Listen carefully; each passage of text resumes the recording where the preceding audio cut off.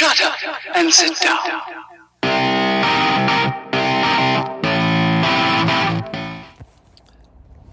Oh, hello and welcome to another North Wales side-by-side video. Clock's changed last night. Car hasn't. How do you change the clock in your car? It's actually 5:45 now, not 4:45.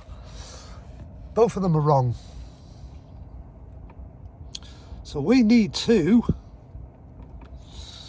go into our menu, go into setup, and we need to click on clock.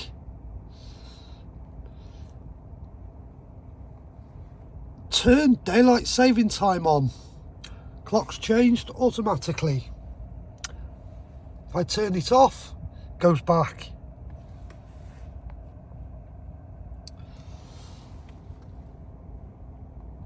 Daylight saving time on, clock's perfect.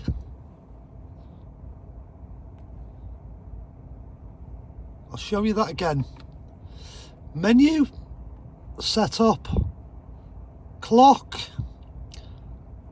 turn daylight saving time on. Clock's now right.